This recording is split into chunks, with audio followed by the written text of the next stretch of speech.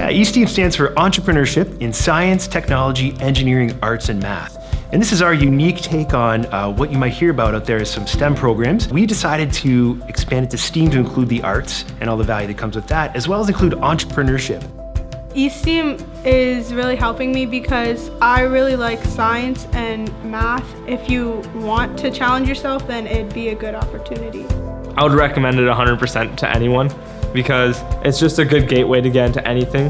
I felt like I can go a little bit faster, so then that's kind of why I chose eSTEAM instead of just academic.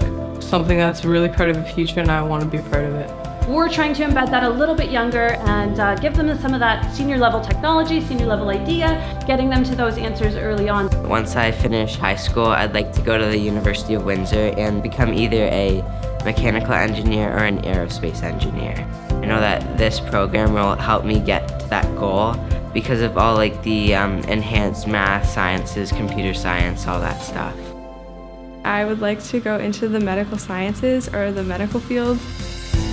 You do more like hands-on work and you do more like at home, so you understand, like you know how to study. I'm really interested in like designing and making new like products and stuff, and I really felt like this would be a good opportunity for me. Something I would love to do after high school is pursue a career as a veterinarian. The eSTEAM program helps me understand more knowledge at once. If they are sure on going into engineering or computer science, I tell them that this is definitely the program for you. There's a computer science class, and that's going to teach you about coding and how to do things on computers, which is going to help you create job opportunities.